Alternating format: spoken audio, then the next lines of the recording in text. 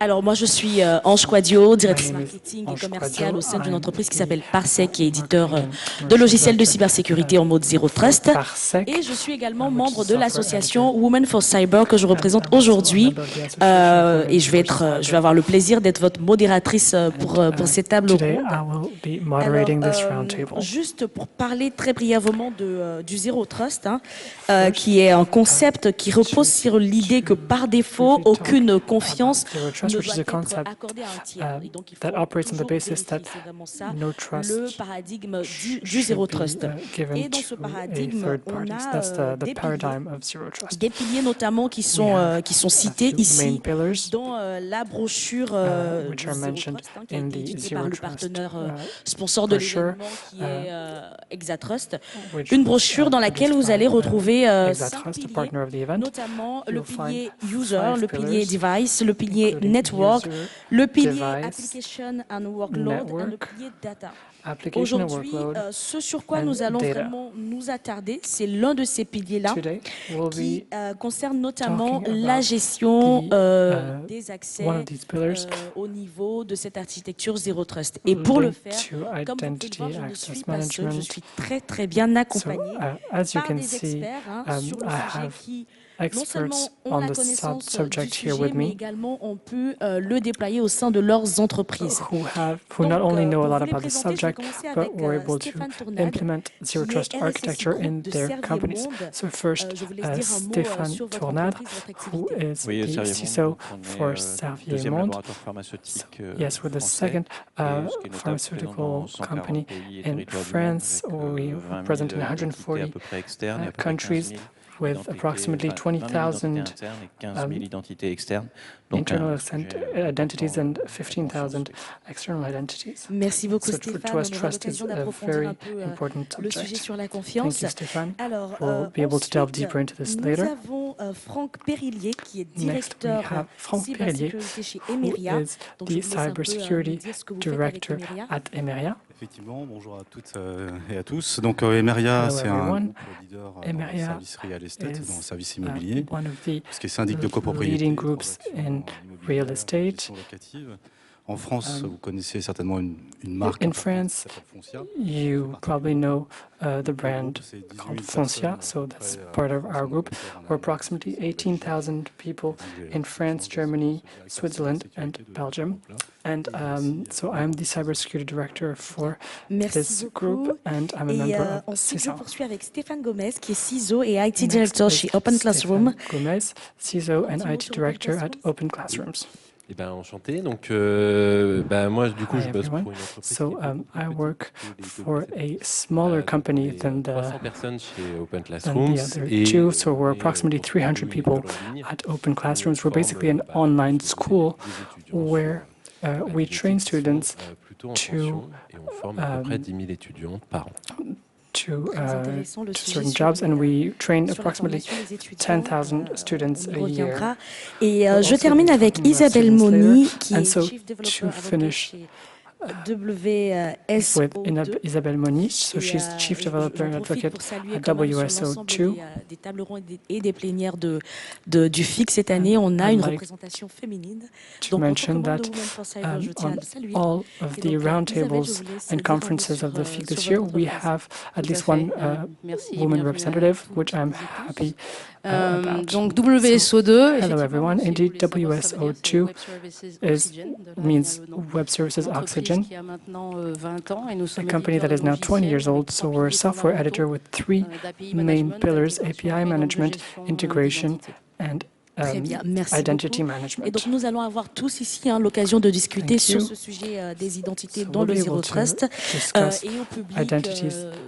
N'hésitez pas à noter vos Zero Trust architecture. To the audience, feel free to write down your questions. You'll be able to ask them. And I look forward to interactions with you later on. So let's delve into the subject with you, Isabelle. Pour débuter, est-ce que vous pouvez nous définir brièvement ce Could you que c'est que give us a l'architecture Zero Trust brief et en quoi definition est-ce que cela of the diffère Zero Trust des architecture modèles and how traditionnels de it sécurité? differs from traditional security models? Sure, mais so I'll on take, utilise ça dans des for conférences, example, on it's not comprenne necessarily bien very en traditional. En For France, on a example, plein de in villes France, qui ont we été créées have par a un lot architecte of très cities connu that qui were s'appelle designed Vauban. by a Vous avez very déjà vu des villes qui ont été a créées well-known par architect Vauban. called On va avoir Vauban. une ville qui va être entourée de So murs those cities are usually qui sont surrounded by impénétrables, où walls il y a une seule entrée pour pouvoir with rentrer dans only cette one ville-là. Si entrance. vous essayez de rentrer dans la ville, vous allez avoir des gens qui vont défendre le périmètre. And if you Qui vont try vous and balancer enter de the l'eau city, you'll bouillante et de have l'huile dessus si vous essayez de rentrer. people Ça, c'est un trying petit peu le to concept de la sécurité avant. Pourquoi? Parce qu'on to avait des attack you if you périmètres, breach the on avait des perimeter, because périmètres à before défendre we used to et have que c'était la meilleure perimeters façon that de needed défendre ce qui était à l'intérieur de defense. ce périmètre-là. Mais si je continue And sur mon image, if I une fois qu'on continue avait with this passé la porte, analogy, on avait passé le once pont-levis you et qu'on était dans la ville, on walk through pouvait the se balader entrance, où on voulait once parce you're qu'on avait passé la inside, porte. Et donc, well, on nous you faisait can pretty confiance. much go anywhere Dans un because you modèle had Zero gone through Trust, the puisque door, maintenant and la notion de so périmètre, il n'y en a people plus. trusted you. On a des API dans tous With les sens, the Zero on se Trust, connecte à well, des SaaS. there's no longer Il n'y a plus this cette notion of notion perimeter. d'avoir tout There are notre APIs. LTI à l'intérieur de nos entreprises. Donc So en fait, this notion of perimeter doesn't vérifier un exist périmètre, anymore. ça ne sert plus à grand chose. And Au contraire, ce qu'il there's va no falloir real faire, use in c'est ce que vous disiez au setting up a début, Ange, perimeter. quand What you were quelqu'un saying est at the rentré à beginning, l'intérieur d'une Ange, ville, à once chaque fois qu'il va someone vouloir faire has quelque gotten chose, on va lui into a city redemander qui tu es, and wants quel to droit tu do as. something, À chaque fois qu'on anytime they want to essaye do something, de rentrer. they On va will be toujours revalider. asked On who va they are, toujours what they always want to do, verify, etc. ça vient So de là. Et un autre concept qui est très important, the concept is to est celui always de least verify. privilege. Donc en fait, There's par another défaut, concept, on n'a accès à very rien, important et concept, on doit the prouver least qui l'on est, privilege monter concept. blanche, pardon, So pour avoir le you don't droit have à access accéder to à un anything système, basically, and you need to un réseau, show Merci who beaucoup you are pour before cette being given access to a certain system or assez network. ludique qui facilite aussi la Thank you compréhension du for Zero Trust. this Je rappelle juste introduction. que dans la brochure d'Exatros sur le And Zero I'd just Trust, like to il remind y a you également that in the brochure, des images un peu comme ça you pour have justement démystifier pictures cette pensée-là de Zero to Trust try and et demystify prouver aussi dans le même temps qu'il ne s'agit pas this seulement concept of de Zero buzzword. Trust Je pense qu'on est and tous ici show and pour demonstrate that it's not just a défendre cette buzzword. cause. Alors on va continuer aussi avec vous,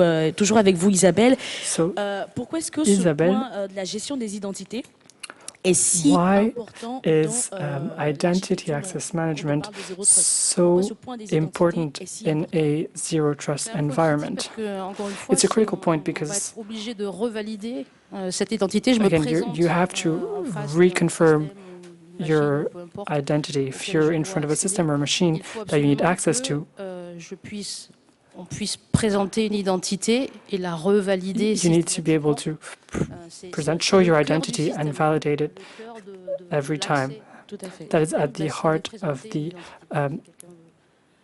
Rajouter system quelque access. chose. I don't know if anyone has anything to add. Tout est dit. Bon, tout est dit. No, C'est you said très everything. clair, merci It's beaucoup. very clear. Alors, Thank you. donc, Stéphane Tournade.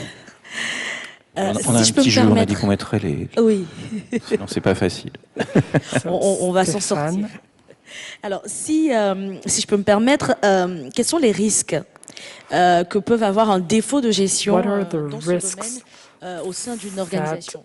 Toujours sur la question mismanagement des identités, quels sont les risques in this domain can si have on a in un a défaut sur ce sujet-là? in an organization? Le premier, c'est de ne pas donner The first one le droit d'accès à la is personne légitime. to not Ça, give c'est- the access alors, rights le cas to a d'école, legitimate très simple, hein, person. c'est la Société Générale et Jérôme Carviel qui, For transitant example, d'un service à un autre, Société Générale. c'est une petite anecdote en milliards. Jérôme on peut se Carviel. permettre, elle est très publique et Jérôme Carviel fait That's même des conférences a dessus. matter donc of je suis assez à l'aise public avec knowledge. ce point-là, mais voilà, c'est ce volet de So le it's premier this des risques, idea c'est of celui qui va parler, si vous first, voulez the parler main à vos risk. décideurs, parce qu'on y reviendra tout à l'heure.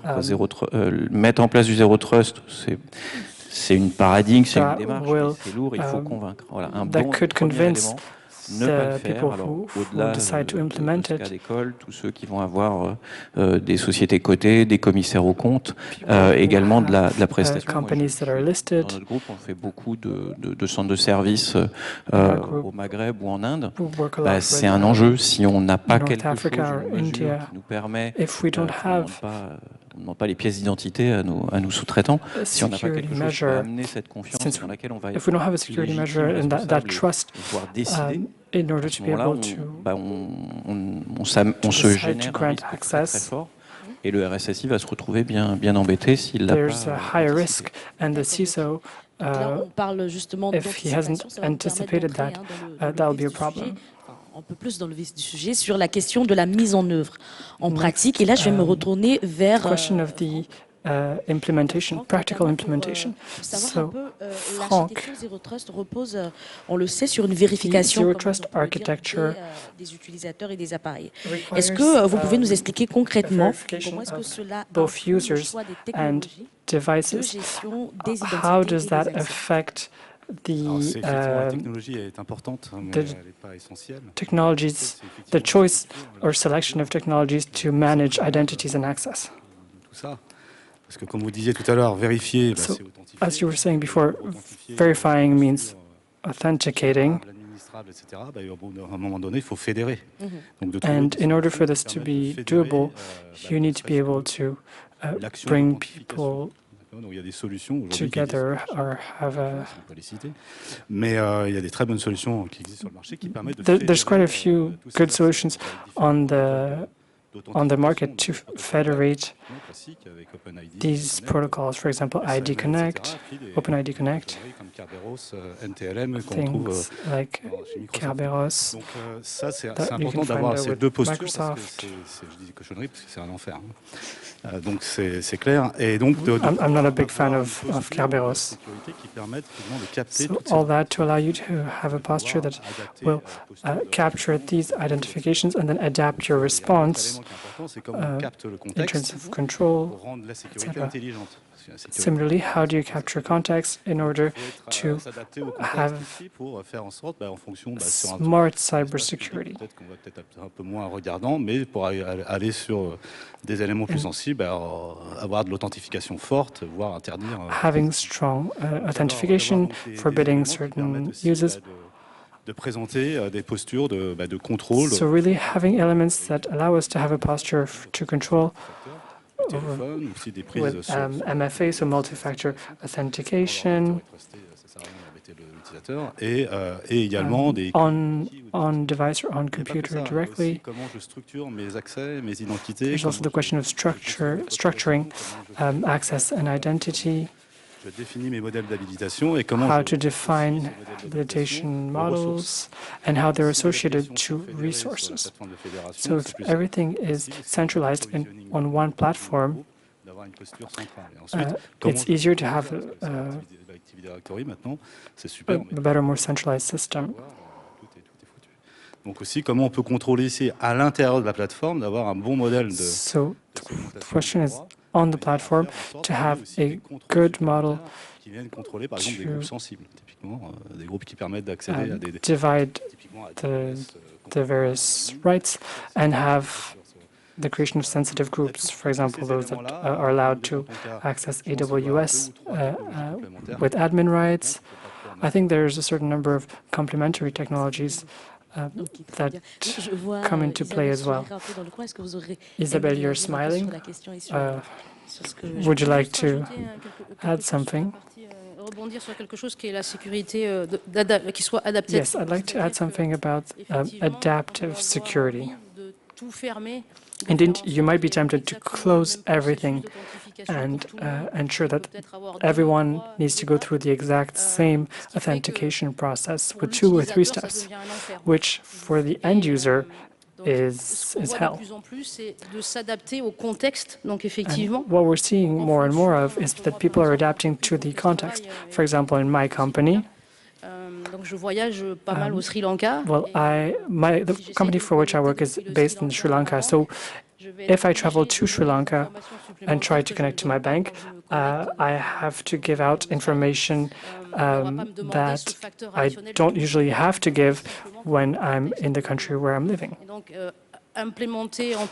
So the process changes depending on context. In order not for it to be too much of a hassle for the end user, because if it becomes too much of a hassle, the end user will find a way to go around. Thank you for that answer, which explained that question. Now I'm going to turn to Stéphane Gomez. When we talk about granular identification, are there best practices to make sure that access is granted in a fair, secure way without slowing down the operations of the company? Which brings us back to what Isabelle was saying, because the aim of zero trust isn't to enable or to encourage workers to try to bypass the system because it's too complicated. I'm not going to claim that I necessarily have the best practices for everything, but I can give you a few examples. To simplify things in a purely theoretical security view, if you want to do access control, which is ultra secure, and you check everything with strong or very strong authentication or authorization, and if you have infinite time and you want infinite security, but that's not the case. If I take the case of a startup, you have one person who is managing access for many employees, with 300, for example, different employees, and it has to remain manageable because that person also has lots of other jobs to do. So how do we make this manageable? My view is that there are three dimensions in access management. The first of these is the part where we shouldn't even be asking any questions, the basic access we need to have. So it's Office 365, Google, Slack, the intranet. These are points where you shouldn't even be asking the question. It's open to all the employees. And so you don't really spend much or any effort on that. The second point I like is to implement the ABAC or ABAC method, with the idea being that according to your role in the company and certain attributes linked to your management position, your department, it might be attributes linked to the country, for example. There's a whole scope of possibilities, and depending on this, we provide basic access and think this through. See, okay, I have an employee who's in Sri Lanka, lives in Sri Lanka, who may need to have access to this service in Sri Lanka. But structuring this in advance means that if everything's up to date, a person who comes to Sri Lanka has that access by default. And where we need to spend, I think, much more time is all the unit requests which you can't foresee. When you're managing signatures, the point is to spend time trying to foresee what can be foreseen, and then you have a certain amount of unpredictable requests. Franck,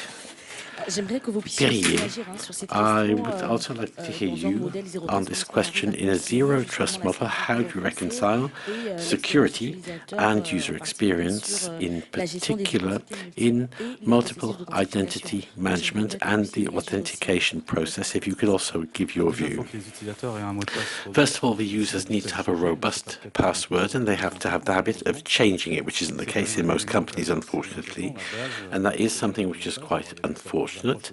There are different approaches to passwords at the moment, but aside from the question of the password, there's the authentication, multi-factor authentication, your MFA. But there are several providers of identity, so that brings us back to the federating platform. If you have a platform that does all the routing for the identification, you will be able to have one place where you have the MFA. The user will have to make that effort once.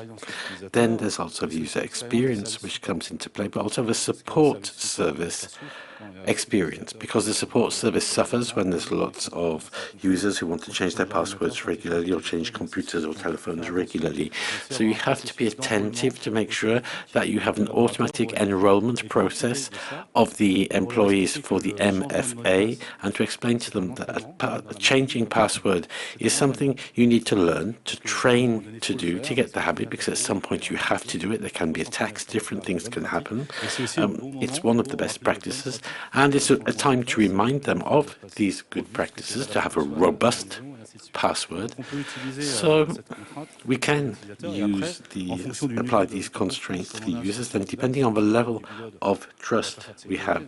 If we're doing BYOD, we're not going to be applying this, but if you have control over your devices, if you have a good core behind it, you can have more trust. So not necessarily ask for MFA every time, but from time to time to contribute to training, and then for certain sensitive actions to then require it.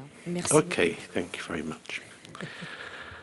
Après, si je peux me permettre, having said that, if I could speak at a different context and a different implementation, but typically what we've set up at Open Classrooms is that we had issues of passwords, people forgetting them, people forgetting the first or the second factor on their personal or receiving push notifications on their personal phones.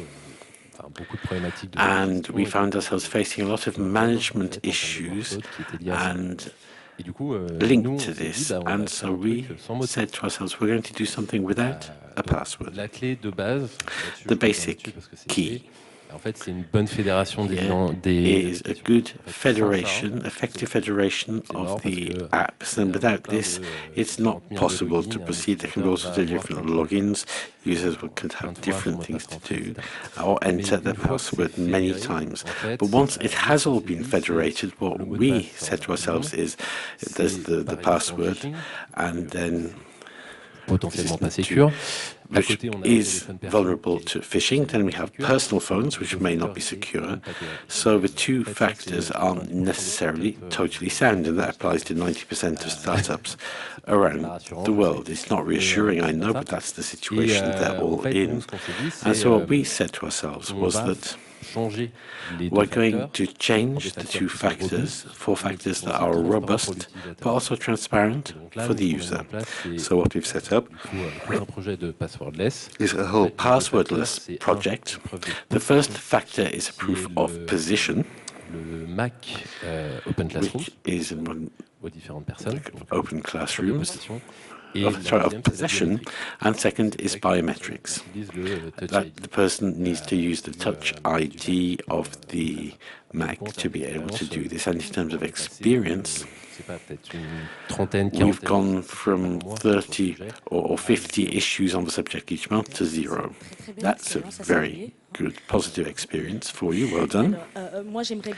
I would also like to know for large companies what the challenges are that you might encounter in implementing zero trust and identity management. And what I'd like to know here in the audience, do we have people who are in companies where you have already tried to implement a zero trust process on these questions of identity management? Could we just ask you to raise your hands if anybody here has tried to implement zero trust? I see 4 or 5 hands up. Out of the 100 people or so who are here. So yeah, I think the experience you're going to share here will be very useful for others who would like to know about these challenges they're going to be facing when they try to implement zero trust in their organizations on the subject of identities. I won't betray the people who've done this for them, who've done this for us, and who are here with a stand and we had a vision of how to do this. We're using what they call the airline model or airport model. And this was the first point. We didn't start off with the technical side. At that time, we were starting to see solutions. You have zero trust versus solutions which are mature and which work. But we didn't start with the technical aspect. We started by going to see the business lines and human resources because we were going to be sticking our nose into their business. And obviously for an in-house audience, that's not a concern because there's entry, exit management. So the whole subject of third parties who in a pharmaceutical group, we don't just develop things. No, we need partners with us. And so we don't have a need for internal use only data. We have to manage and to allow some trust and place information, proprietary information, in the hands of people we don't really know. So that's the first issue and the first phase. And for us, the project overall took about 3 years, to give you an idea of the time scale. So our program called Orion took 3 years. The first 6 months was trying to convince the management and the IT teams, because you're going to be disrupting the networks and systems and project teams. And so then the project team said, oh, I've always done SSO, that's all. But we said, no, that's not sufficient anymore. You haven't done the granularity. So is it worth it or not? Because it is 3 years. It is perhaps a fairly standard renewal cycle in IT. And so systematically you could implement this. And today, on the very concrete aspects of the subject and more internationally, we've had a lot of digital transformation caused by COVID, driven by COVID, but we have also had a lot in our case with the Ukraine-Russia conflict, where from one day to the next we have to redistribute the whole map, and even now we don't all have the consequences of yesterday evening's tariffs, which are about to come into play. But in identity access, if you've made a success of zero trust, you'll be making much less effort because you will have addressed all these subjects and you'll just have the other issues, the applications and the data to address. But they're working in this obviously is the case in very changing context with a lot of different partners. You have my contact details. Don't hesitate to get in touch with me to discuss this, but it does work. It takes time. It does work.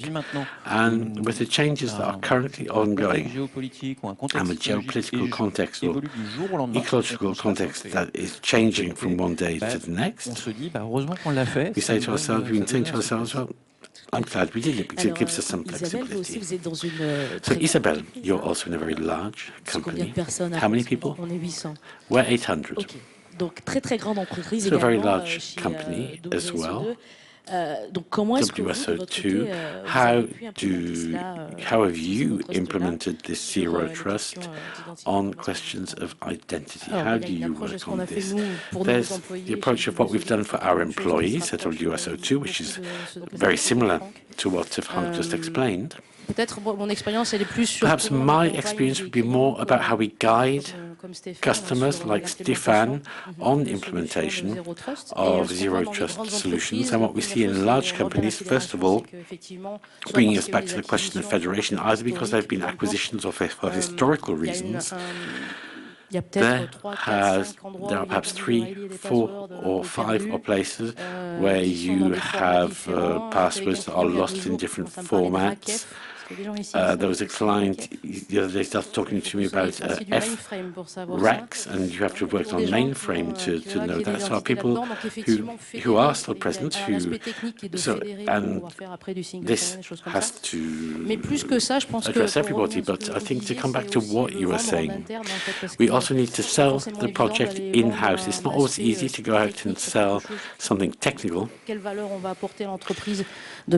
when it's not clear what the value is we're going to bring to the company.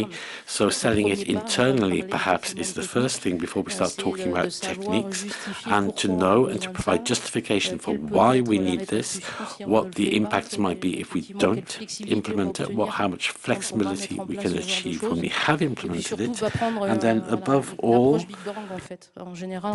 go for a big bang approach. Generally in security, I work mainly in APIs. When we have APIs that aren't very secure, we don't try to secure them in the best way possible first time around. We look for the ones which are most critical. We look for the applications that are most critical, and the most critical ones for us. And we start there and define their value, and then we work through the process. And that brings me back to what I heard earlier in other roundtables, the question of the humans in the architecture. We do talk a lot about techniques, but the humans remain central to the implementation of Zero Trust, and it's good to note that. A lot of technical aspects, but we have to start with the humans. So we'll continue about these challenges that you can run into, and we'll now discuss centralization. I think that will be with both Stéphans. So, could you please share with us your experience or expertise regarding the emergence of decentralized identities? How can companies maintain an efficient identity management while respecting the principles of a zero trust architecture? I'd like to illustrate my answer. So I'll talk about open classrooms, and so I explained that there are 300 of us, and we have more than one application per person, which means that there are over 300 applications. And therefore they are decentralized with a different authentication system. And there's one person managing this. I want to keep his mental health in mind, and if we keep everything as being decentralized, it doesn't work. And there are a few blind spots. And when someone leaves the company, sometimes some stay. We've talked already about the idea of federation, which I think everyone agrees on. Identities need to be federated, managed in one place. Then you can have conversations with software editors who will try to sell this to you for a lot of money. I recommend the website sso.tax to get an idea of the price to implement SSO single sign-on on certain software. And my second point would be to automate certain things. So certain applications you won't be able to federate. And certain solutions exist to add a layer of automation. We use Okta and its workflows that allows us to do provisioning, to automate, and just in general automate some manual tasks. Stéphane? Yes, I would like to add. Each of us only have one or maybe two pieces of ID. That's physical identity. In terms of digital identity, there's a lot more of them. And that's even without counting the personal and professional accounts. So we use Microsoft 365, you can have Gmail, Meets, etc. And for us as companies, there's also the question of intellectual property, because the identity that I gave to a third party in order to be able to access a document or data. Avec un autre, et on commence à voir apparaître, et il y avait une belle table ronde là-dessus hier, on commence à voir apparaître on doit s'assurer, on a mis ce temps de bonne gestion this trend that once you've implemented the good practices and zero trust is being used tout le monde et n'importe qui. Voilà. Et c'est vrai across the company, que but you can't les outils le federate permettent. On peut dire with telle everyone. organisation a le droit de contacter n'importe quel collaborateur de telle autre You can organisation. say, for example, that Mais ça, c'est, je dirais, someone from a certain organization can contact or communicate with someone from another organization. Devant nous, et les standards sont But I pas think encore en place. there's still a lot of work to do, and on se standards rééloigne de l'identité unique. On lui donne non plus des trousseaux up to date, and we're moving away from ça, c'est un phénomène que, en tout cas, dans notre organisation, on constate. having only one identity. Parler justement de tout ce travail qu'il y a à faire. Est-ce que And so to talk about all the work that's left to do, if we try and project to the future, do you think biometrics or AI can contribute Probablement. to... Alors, on a cette difficulté du cadre européen. Et, so for biometry, we have the added difficulty of the European framework and mais c'est vrai que having si je reprends to mon be exemple compliant. de la pièce d'identité ou But du if passeport, I go qui est back to what I l'objet le plus mentioned, reconnu internationalement, puisqu'on peut, avec with ID cards or passports, which are par un État, aller dans d'autres objects États. that are Donc, recognized si on internationally, souvent, de toute façon, en informatique, on a une grande tendance à répliquer des modèles du monde réel. Donc ça, on va probablement, en se disant, bon, on a fait le passeport biométrique, est-ce que je fais you think now there's a biometric passport? Mais c'est vrai qu'elle n'est pas encore Do la we robustesse, replicate quelle this sera with l'autorité digital identities? Biométrie, oui, je pense qu'elle peut nous amener des choses. Et I think that yes, sur l'IA, biometry can be helpful. pour nous, As far as nous aide AI, sur la partie contrôle in our company, they help us with controlling vous regardez n'hésitez pas à this le faire, pillar of the zero trust architecture. Si je regarde mes logs de Zero Trust d'une If journée I check normale avec my zero trust logs from a normal day with my smartphone, my phone, my computer, chaque individu va avoir 10 000 actions. then I see that for each person, each individual has had maybe 10,000 controls. Les usages pertinents et compromis, et nous on commence à avoir des choses très And if you don't use AI to kind of go through this data, and that's something that hackers are aware of, c'est à 5 heures d'avion de New York. Aujourd'hui, we have a factory in Ireland. En moins de 5 heures, ils attendent bien de reconnecter les VPN. Donc eux ont de l'IA pour générer. And we also work with New York, and we've adapted a solution. We've made a solution with AI to optimize this. Stéphane, I believe you also had an opinion on this. Yes, I agree with your point on detection and blocking of attackers. There's too much data to be processed by humans.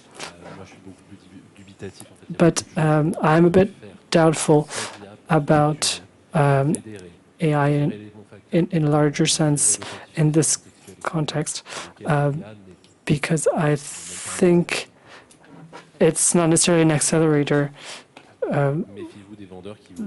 and I think you should be wary of vendors that are selling you AI solutions.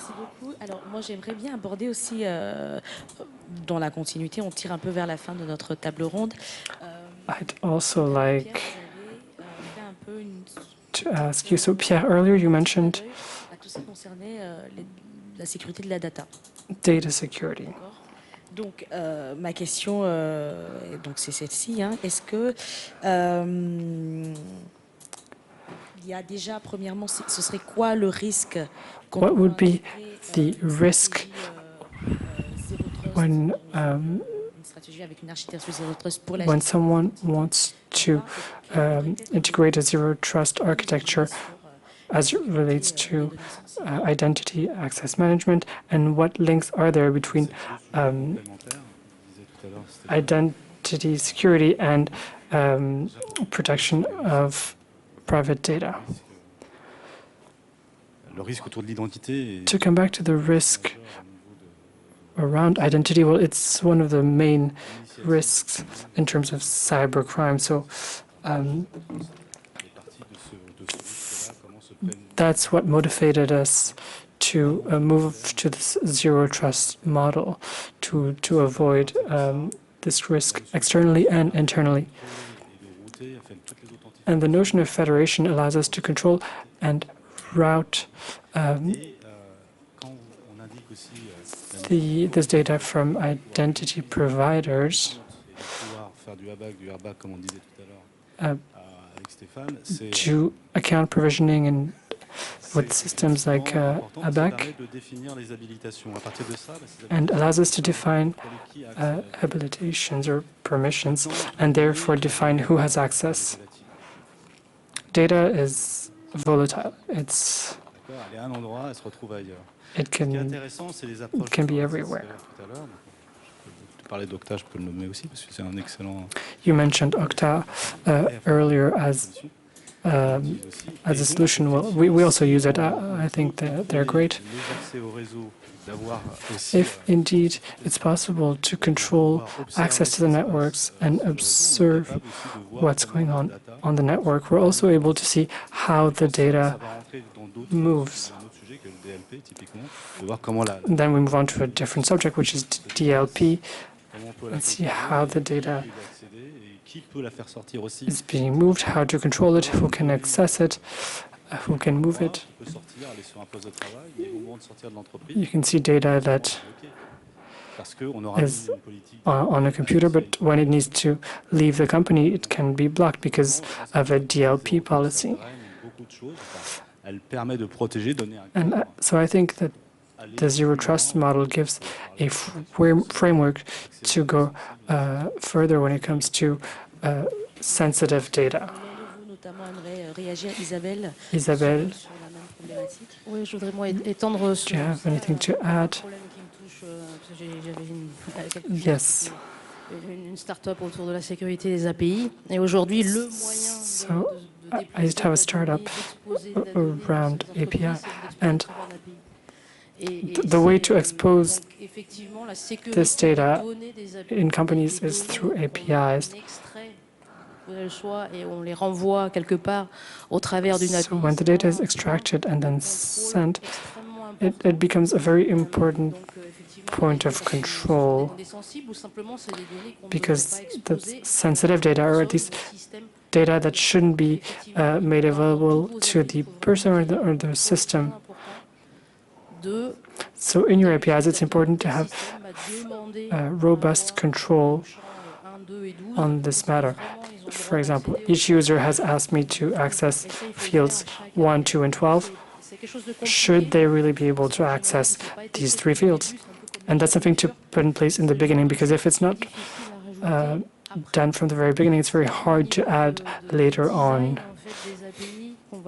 It needs to be part of the design process of the API. What data will they be able to use? Will they be able to access? What permissions will they have? So really, it's essential to think about the design of this architecture for implementation. I completely agree. Sometimes you have a developer that will give you a generic account that will give you access to the data, and then you lose that information of who is actually accessing the information via API. So with this idea of federation, you can take back control. You take on the identity of someone and go check that with this person's authorizations, what data you are or are not able to access. If they go on an application, and then what creates API requests on the back end. Je vais poser ma dernière question avant de passer la parole au public pour des questions. I'll ask my last question before we move on to questions from the audience. So we'll talk about costs. And it can be very complex. For a company, in your experience, how much does it cost to put in place a zero trust architecture when it comes to identity and access management. I think you shouldn't just look at the cost, but also the ROI. Because if you're growing externally, then you can federate with standard protocols, and then you've won something. There's a return on your investment. But if you're creating a company and just go buy ready-made solutions and then try and build an information system like we did in a couple of years, then federation is essential, as well as provisioning.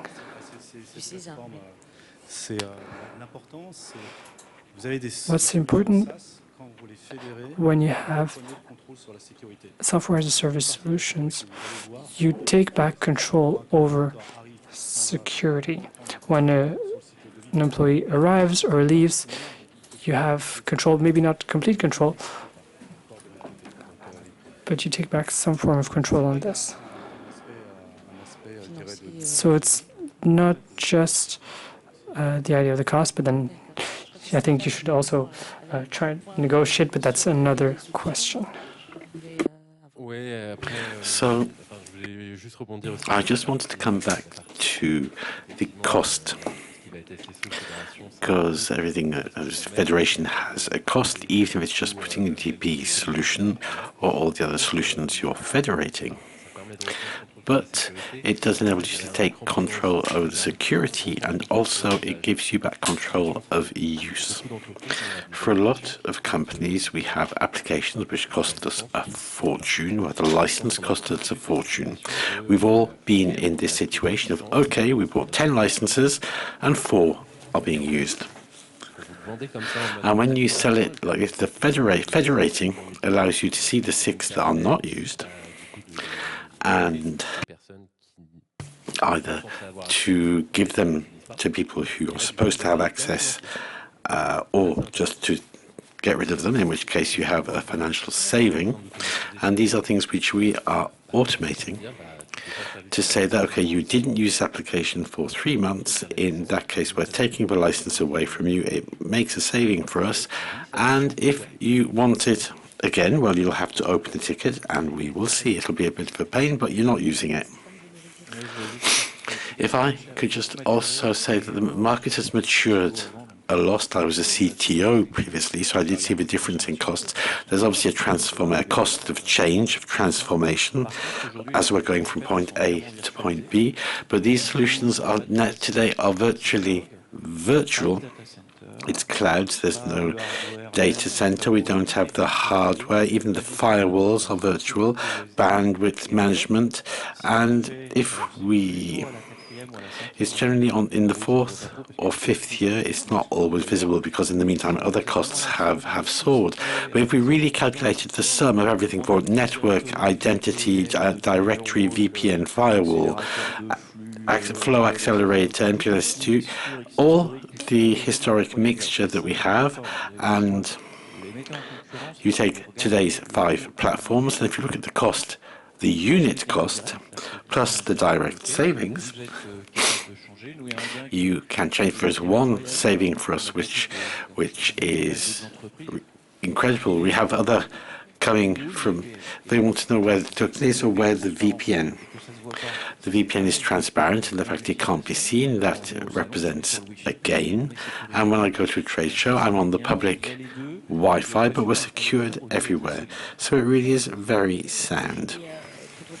And to come back to the platform of the CESIN, where the IT and Digital Security Experts Club in France, on their platform, you have information about this. And in the Zero Trust brochure, published by Exatrust, you will find a mapping of companies covering these different pillars that we've mentioned today, and that can be very practical to enable you to handle your migration without breaking your piggy bank.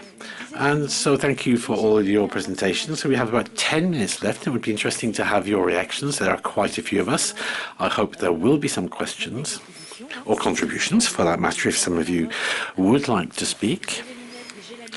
I have the light reflecting on my glasses, so it's difficult for me to see the hands and whether your hands are going up.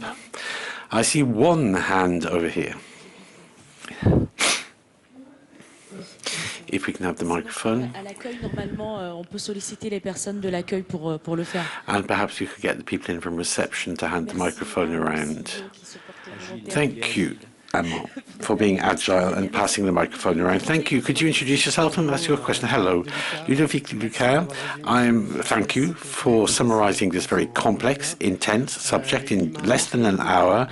There were perhaps two things I would have liked to see and on which I would like to have your experience or your opinion. The first is the whole question of zero trust network access. We've talked about this very little.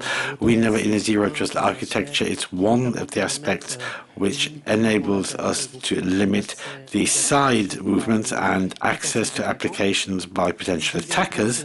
And the second point is the management of external identities, consultants, service providers. How do you manage this in your environment? Thank you very much. Stéphane for the second one. I'll talk about, and Isabelle for the first. So, it's very important, once again, coming back to the questions of APIs. It's one of the when we can get into a system through an API, we have to make sure that people can't move sideways around the network. And the problem of this is that it has to be up to date and kept up to date. And so to do this as automatically as possible to keep it simple. So we apply the same principles, which are, for example, that the application shouldn't leave its domain, and that we automatically apply the network rules so that a given department can't communicate with this. And those rules need to be like a code, so that when you roll out a new service, a new application, a new API, whatever it might be, these rules are put in place automatically, because they are things, in my experience, which are quite complicated to do by hand after the fact. Thank you very much. Isabelle, would you like to react to that first question? Just on ZTNA.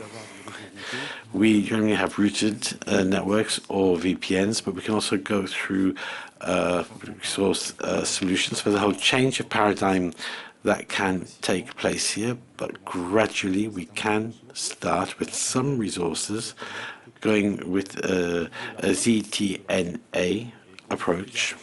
And when we here, you publish the resources, not the network. And then when it's the applications that are discussing together, it's a bit more complicated. And perhaps to add even more to that,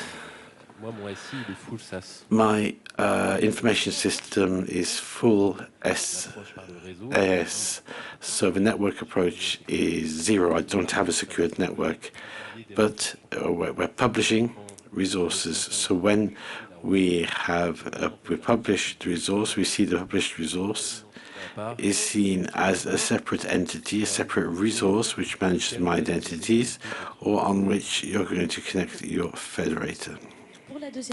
And for the second question, for external people, and to give you feedback on some experience, we had our job, even though we produce pharmaceuticals, it's B2B, it's for prescribers, insurers, pharmacists. It's rare that we deliver to the end client. But the issue here is that we had a project that was ongoing, not technical but descriptive, to change the identity access management policy and to categorize third parties and to keep things simple. So in relation to the level of trust we have in them. So do they have a contract with us and an obligation to provide identities, in which case we will consider them as being internal staff. If it's a subcontractor, but we don't know really who they are, generally be in the access we provide, the time-limited access, and sometimes you have possibilities, for example, to have an authorization to allow a given address on the website to be used at a different time. And then there are the third parties with whom we have no projects, with whom we do share information. They generally are sharing more general information, and they will not have the right to go into the sensitive systems no matter what.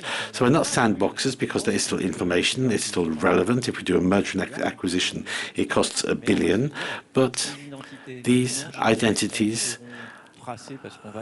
will be traced, but we will accept them by default, but only from one place. So to try to answer your question, that our recommendation in this respect is that we don't have just one category of external partners. I don't want 1,000 either, because it's complicated, but I have defined 3, and I categorize the external partners in one of the 3 baskets, one of the 3 categories. I think, is that okay for that question? I think I saw a second hand that had been put up for another question. We have 4 minutes ahead of us. Is that a hand? We will pass you the microphone. If you could introduce yourself and then ask your question, please. Hello. I had a question for Stéphane Tournadre sur evangelization. You talked about this with the anecdote about the CISO. Could you go into this in a bit more detail? Because I think this is a key aspect, as it is, as we've said, a change of paradigm, and users might show some resistance to change, and that can make a project fail. So I would like to have a bit more information on that subject. We did management of change because this was one of the decisions on which I was the most challenged or criticized, because I reduced the time for passwords from 360 to 95 days, and from 6 to 8, and from 8 to 10. So, and I've introduced a ban on recycling the same passwords. But with management of change, it requires a lot of effort, and to keep it very simple, it's internal communication that is make or break. So people know the basics.